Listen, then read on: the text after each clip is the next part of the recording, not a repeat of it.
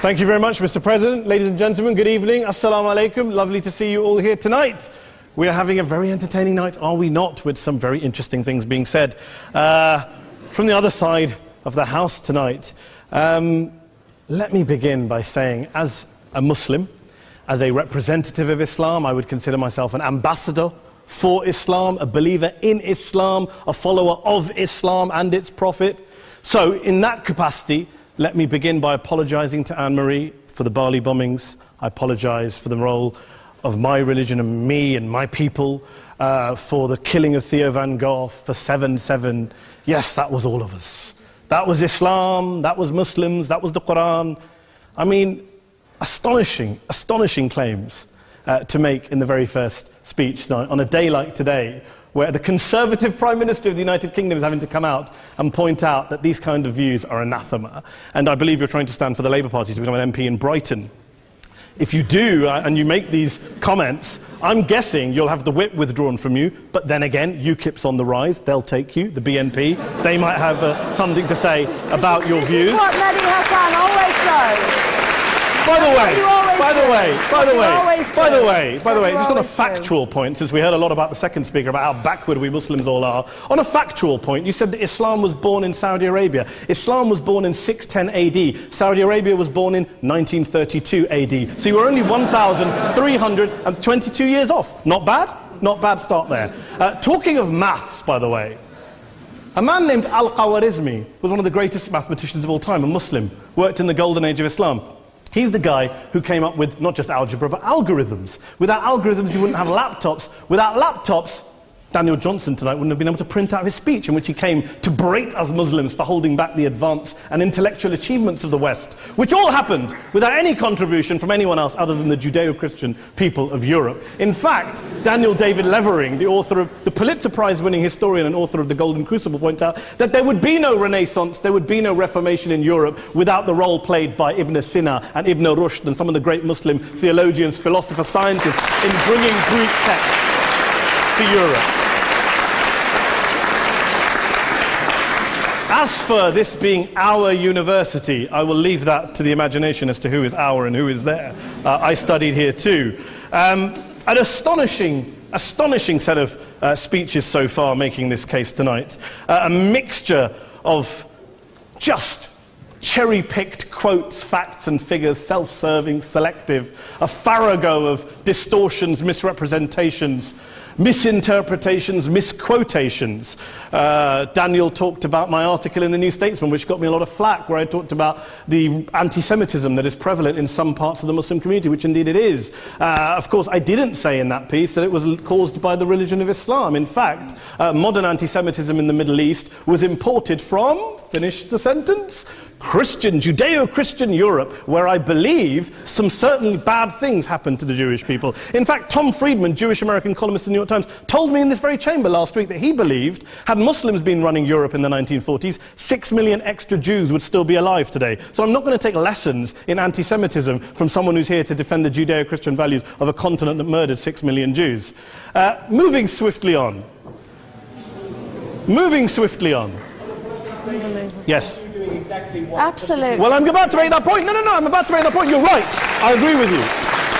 I agree with you 110%. That is my point. I don't think Europe is evil or bad. I'm a very proud European. I don't want to judge Europe on that basis, but if we're going to play this gutter game where we pull out the Bali bombing and we pull out examples of anti-Semitism in the Islamic community, then of course I'm going to come back and say, well, hold on. I mean, look, let's be very clear. Daniel here was a last-minute replacement for Douglas Murray, who had to pull out. And Douglas and I have a well-documented differences, but to be fair to Douglas, as to be fair to Anne-Marie and to Peter, atheists.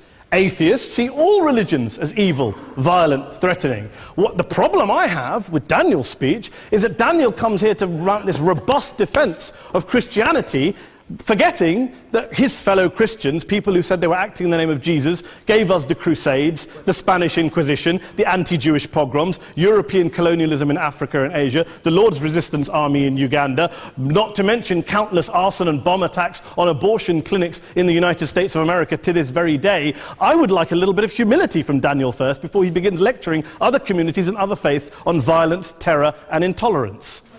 But, no thank you. Some water.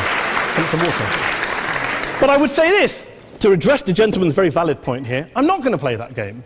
I don't actually believe that Christianity is a religion of violence and hate because of what the LRA does in Uganda or what Crusaders did to Jews and Muslims in Jerusalem when they took back the city in the 12th or 13th or whatever century it was. I believe that Christianity, like Islam, like pretty much every mainstream religion, is based on love and compassion and faith. I do follow a religion in which 113 out of the 114 chapters of the Quran begins by introducing the God of Islam as a God of mercy and compassion. I would not have it any other way. I don't follow a religion which introduces my God to me as a God of war, as some kind of Greek God of wrath, as a God of hate and injustice. Not at all. As Adam pointed out, you go through the Quran and you see the mercy and the love and the justice. And yes, you have verses that refer to warfare and violence. Of course it does. This is not a motion about pacifism. I'm not here to argue that Islam is a pacifistic faith. It is not. Islam allows military action, violence in certain limited contexts. And yes, a minority of Muslims do take it out of that context. But is it religious? We talked about Woolwich. Daniel and Anne-Marie have suggested that it's definitely religion that's behind all of this. Well, actually, what I find so amusing tonight is we're having a debate about Islam. And the opposition tonight have come forward. We have a graduate in law, a graduate in modern history, a graduate in chemistry. And, you know, I admire all of their intellects and their abilities, but we don't have anyone who's actually an expert on Islam, a scholar of Islam, a historian of Islam, a speaker of Arabic, even a terrorism expert or a security expert or a pollster, let alone to talk about what Muslims believe or think. Instead, we have people coming here, putting forward these views, putting forward these sweeping opinions. Listen to Professor Robert Pape of the University of Chicago, one of America's leading terrorism experts, who, unlike our esteemed opposition tonight, studied every single case of suicide terrorism between 1980 and 2005, 315 cases in total. And he concluded, and I quote, "There is little connection between suicide terrorism and Islamic fundamentalism or any of the world's religions. Rather, what nearly all suicide terrorist attacks have in common is a specific secular and strategic goal to compel modern democracies to withdraw military forces from territory that the terrorists consider to be their homeland." And the irony is, when we talk about terrorism, the irony is that the opposition and the Muslim terrorists, the Al-Qaeda types, actually have one thing in common. Because they both believe that Islam is a warlike, violent religion. They both agree on that. They have everything in common. Osama bin Laden would be nodding along to everything he's heard tonight from the opposition side. He agrees with them. The problem is that mainstream Muslims don't. The majority of Muslims around the world don't. In fact, a gentleman here started quoting all sorts of polls. Gallup carried out the biggest poll of Muslims around the world, of 50,000 Muslims in 35 countries. 93% of Muslims rejected 9/11 and suicide attacks. And of the 7% who didn't, they all, when polled and focus grouped, cited political reasons for their support for violence, not religious reasons. And as for Islamic scholars and what they say, well, Daniel talks about our University of Oxford. We'll go down to Oxford Centre for Islamic Studies, get hold of a man named Sheikh Afifi Al-Akiti, who is a massively well-credentialed and well-respected Islamic scholar, who has studied across the world, who in the days after 7/7 published a fatwa denouncing terrorism in the name of Islam, calling for the protection of all non-combatants at all times, and describing suicide bombings as an innovation with no basis in Islamic law. Go and listen to Sheikh Tahir al-Qadri, one of Pakistan's most famous Islamic scholars, who published a 600-page fatwa condemning the killing of all innocents and all suicide bombings unconditionally without any ifs or buts.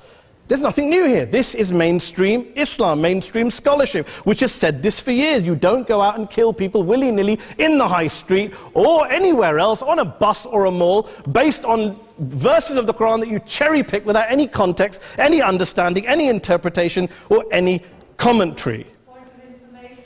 Please. Well, it doesn't happen, apparently. I didn't say it doesn't happen at all. I never said it didn't happen. I don't blame Islam. Yes, it's a very good point. And a lot of us are campaigning against that. And we're campaigning against it in the name of Islam. We're campaigning against it in the name of various interpretations of Islam. Anne-Marie comes and scares us with her talk of Sharia law. I would like to see the book of Sharia law. It doesn't exist. People argue over what Sharia law is. And you empower the extremists by saying there is only one version. You empower them all. I don't believe you took any interruptions, Anne-Marie, so I think you should stay there for a moment. Several countries. Here's what we're dealing with.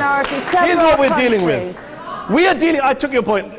Here we are dealing with a 1400-year-old global religion followed by 1.6 billion people in every corner of the world, a quarter of humanity, of all backgrounds, cultures, ethnicities. And yet the opposition tonight wants to generalize, stereotype, smear in order to desperately win this debate. And here's my question, if we're going to generalize and smear. If, okay, people say yesterday's bombers, and we've got to be careful, there's a trial going on, were yesterday's attackers, motivated by Islam? Big debate. I don't believe they were. Let's say they were. Let's say Faisal Shahzad, the Times Square bomber, was motivated by Islam. Let's assume, for sake of argument, that Richard Reeves, the shoe bomber, was motivated by Islam. If Islam is responsible for these killings, if Islam is what is motivating these people, and Islam is therefore not a religion of peace, a religion of war, then ask yourself this question: why aren't the rest of us doing it? Why is it such a tiny minority of Muslims are interpreting their religion in the way that the opposition claim they are? Let's assume there are 16,000 suicide bombers in the world. There aren't. Let's assume there are for the sake of argument. That's 0.001% of the Muslim population globally. What about the other 99.99% of Muslims who the opposition tonight either ignore or smear? The reality is that the rest of us aren't blowing ourselves up tonight. The reality is that the opposition came here tonight not worried about the fact that me and Adam might pull open our jackets and blow ourselves up tonight because we're followers of a warlike warrior religion which wants to take over Europe and Daniel's university. The issue is this. The issue is this. Unless the opposition can tell us tonight, and Peter Atkins is here, one of our great atheist intellectuals, can tell us tonight, can answer this question tonight: why don't the vast majority of Muslims around the world behave as violently and aggressively as a tiny minority of politically motivated extremists? Then they might as well give up and stop pretending they have anything relevant to say about Islam or Muslims as a whole. Ladies and gentlemen, let me just say this to you. Think about what the opposite of this motion is. If you vote no tonight, think about what you're saying the opposite of this motion is. That Islam isn't a religion of peace, it's a religion of war, of violence, of terror, of aggression. That the people who follow Islam, me, my wife, my retired parents, my 6-year-old child, that 1.8 million of your fellow British residents and citizens, that 1.6 billion people across the world, your fellow human beings, are all followers, promoters, believers in a religion of violence. Do you really think that? Do you really believe that to be the case? They say that in the Oxford Union, the most famous debate was in 1933 when Adolf Hitler looked out for the result of the King and Country motion, where they voted against fighting for king and country, and Hitler was listening out for the result. Well, tonight, 80 years on, there are two groups of people around the world who I would argue are waiting for the result of tonight's vote. There are the millions of peaceful, non-violent, law-abiding Muslims both in the UK, Europe, Asia, Africa and beyond, who see Islam as the source of their identity, as a source of spiritual fulfillment, of hope, of solace. And there are the phobes, the haters, the bigots out there who want to push the clash of civilizations, who want to divide all of us into them and us and ours and their.